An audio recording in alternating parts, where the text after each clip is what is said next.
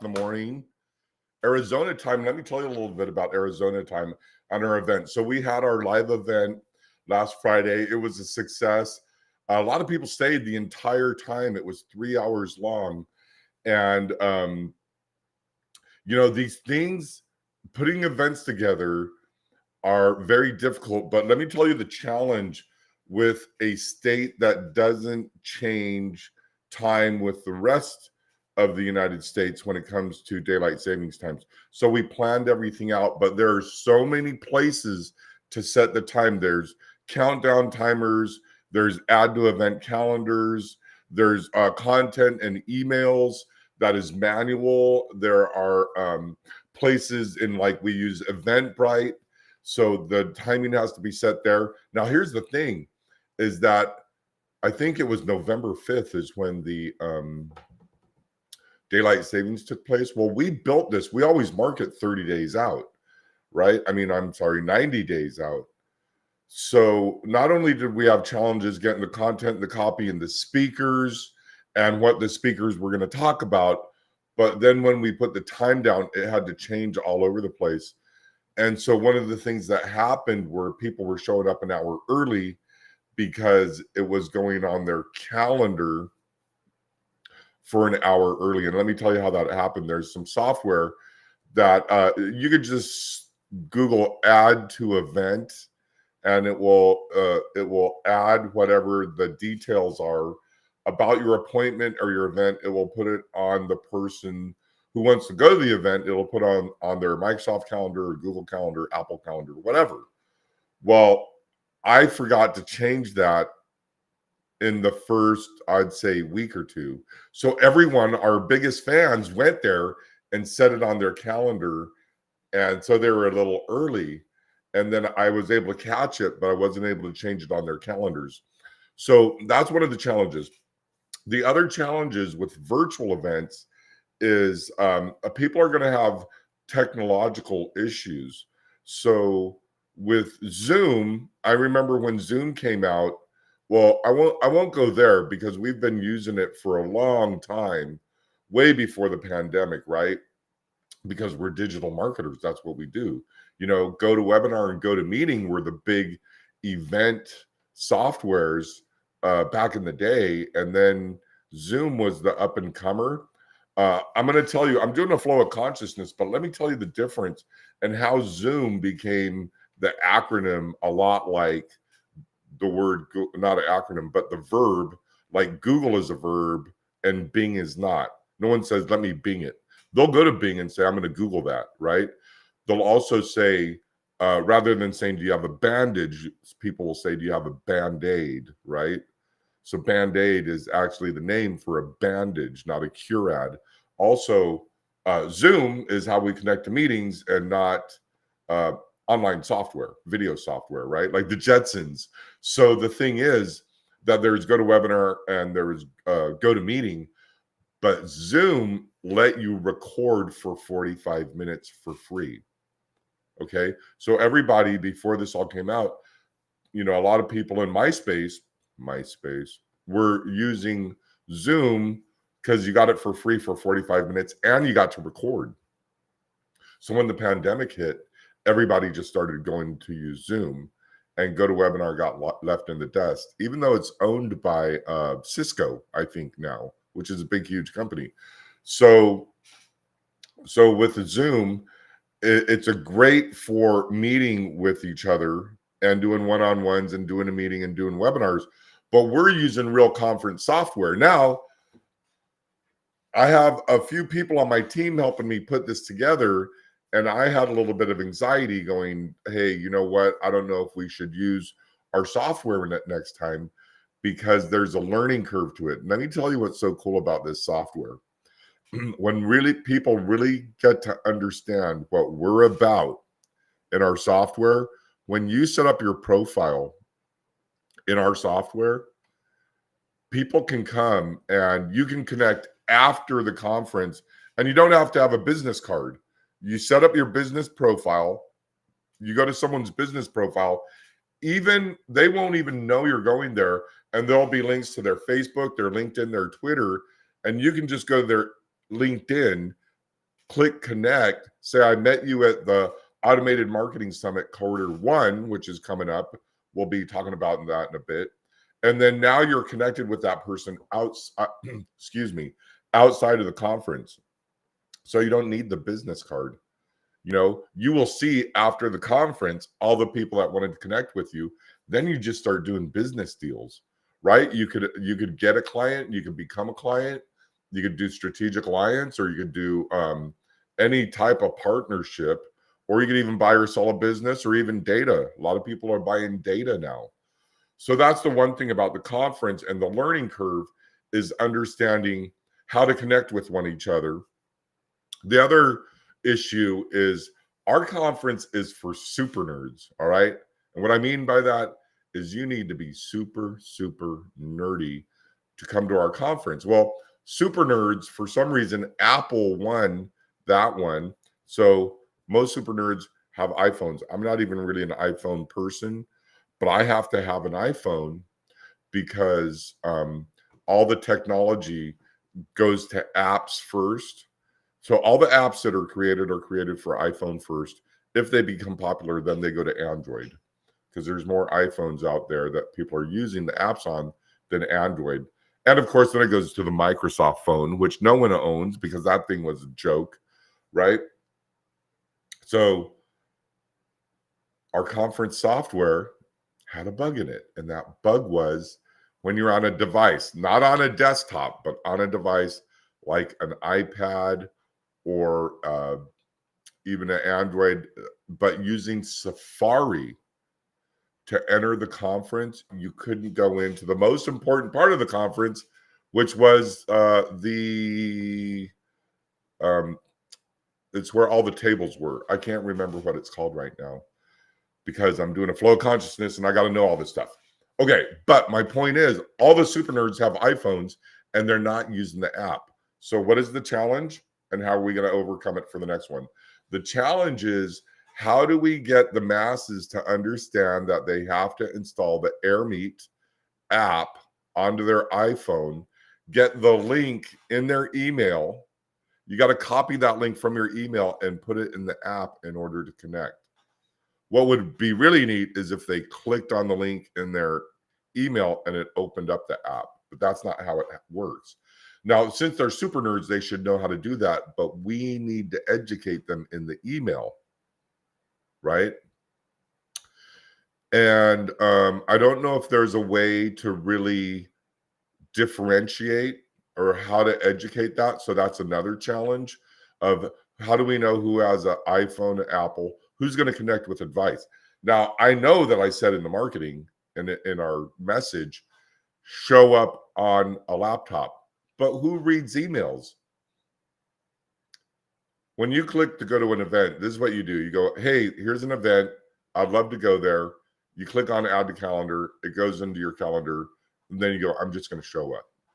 Because the mindset of the masses is it's going to be on Zoom, or it's going to be in a face-to-face at someone's, at a restaurant or at a conference center or a convention center.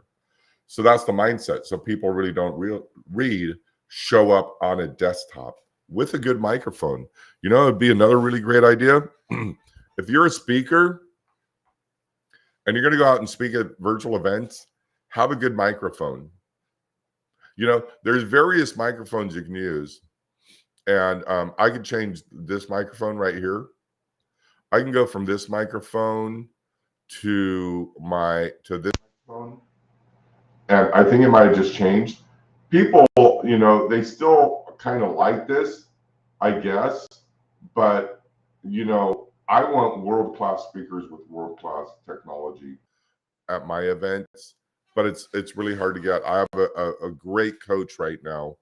And she told me, microphones don't really matter. And you could sell a million, billion, zillion dollars from the stage. And just from using a mic on your iPhone. And I get that. But when I put someone on my stage and I can't understand them, then it's not good. And it's hard to get people that are super nerds, that are SaaS software related, to to get good microphones. They're going on podcasts all the time. It's kind of the norm. Just go on with your laptop. You know, some laptops are really good, and this setup that I have, it's not cheap, right? So I don't expect them to get $1,000 setup, but they can get a $50 microphone, right? I've like 5 microphones in this room. 1, 2, 3. I have 3 in this room, a couple in the other video studio outside. So, but enough about me and my microphones. I'm just saying these are the challenges. Now, the solution to getting people on board is we need to educate them in advance on how to use the software, and then we have to get them to watch the videos. So the way we do this, we need to do the indoctrination. And the indoctrination for the event is going to be, hey, welcome to the jungle. We got fun and games, right? Just like any other indoctrination. Say like you have a guest staying at your house. Let's see how much time I've been going. Say like you have a guest come over to your house. They're going to stay in your guest house or in your guest bedroom. So usually what you do is when someone comes over, you go, hey, welcome. Here's the living room. Here's the kitchen. Here's the bathroom that you get to use. Here's the room you're going to use. If you want to go play with the dog, here's the back door. And here's his favorite play toy, right? Whatever. You show them around your house. Well, it's the same thing when someone gets on your email list. You're going to say, hey, welcome. Here's a little bit about me. Here's where you can find me on Facebook, on Twitter, on LinkedIn. You know, now with the conference, you would say, this is the conference software. This is how it works. And this is what the best way for you to get the best experience. This is how you fill out your profile.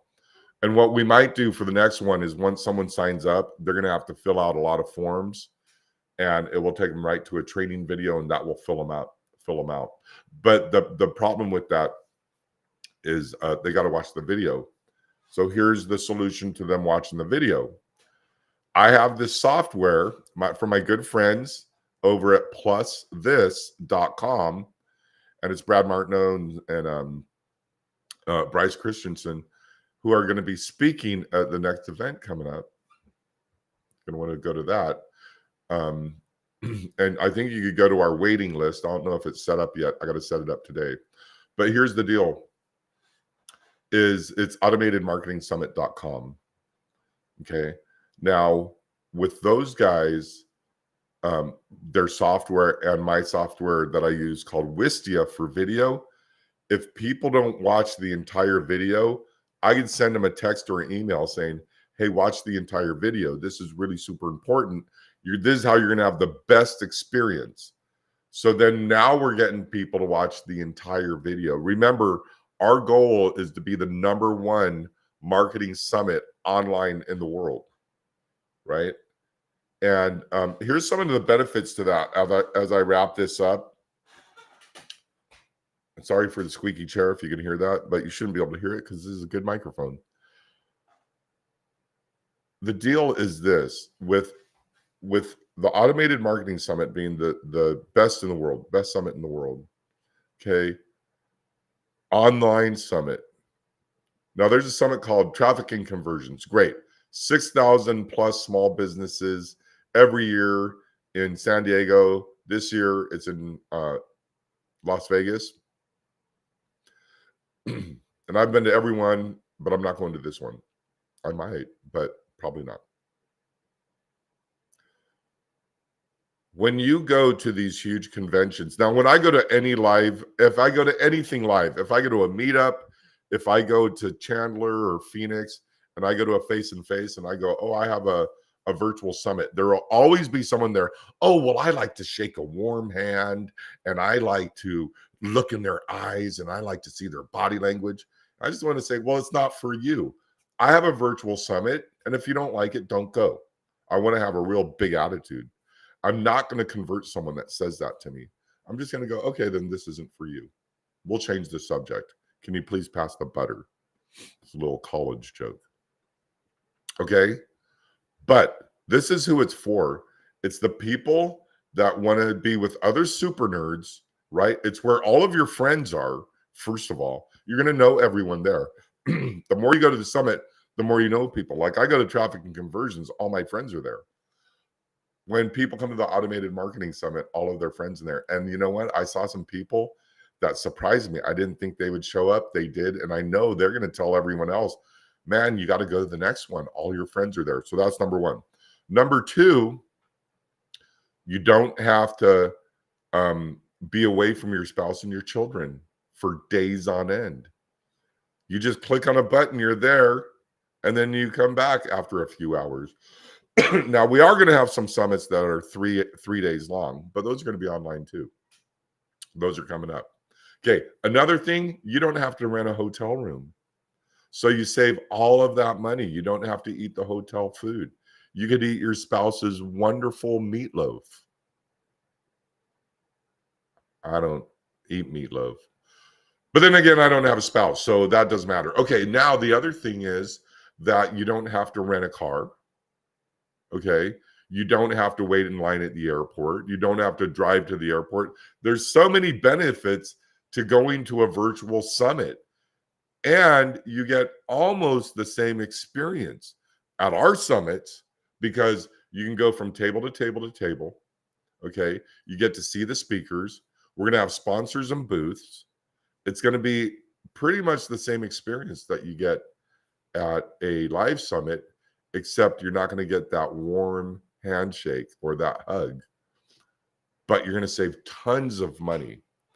The tickets aren't expensive because we don't have to pay for the red carpet or the coffee. We used to rent booths, and we would buy chocolate cake for a lead magnet. And you know how much a cake is at the San Diego Convention Center? $500 for a cake. Buy 3 of those, that's $1,500. You know, it brings in the leads, but you don't have to spend all that money on that. When you have a booth at the Automated Marketing Summit, you have to pay us to have the booth. Then people just come by. You can't serve cake, but they can come by and learn about you, you know? And you don't have to spend all that money flying all of your equipment and going to UPS or downstairs or FedEx and pick up your banners and your tables and your cloths and all that stuff. You just have that virtually. It's great stuff. So anyhow, go to the Automated Marketing Summit, sign up. There's going to be more coming up about events, about our events. And I have another thing coming up. It's called Coach Marketing Mastery. So I'm going to start pitching that more. You're going to see that throughout the week. So go ahead, sign up for the next one. We'll see you there and have a great day.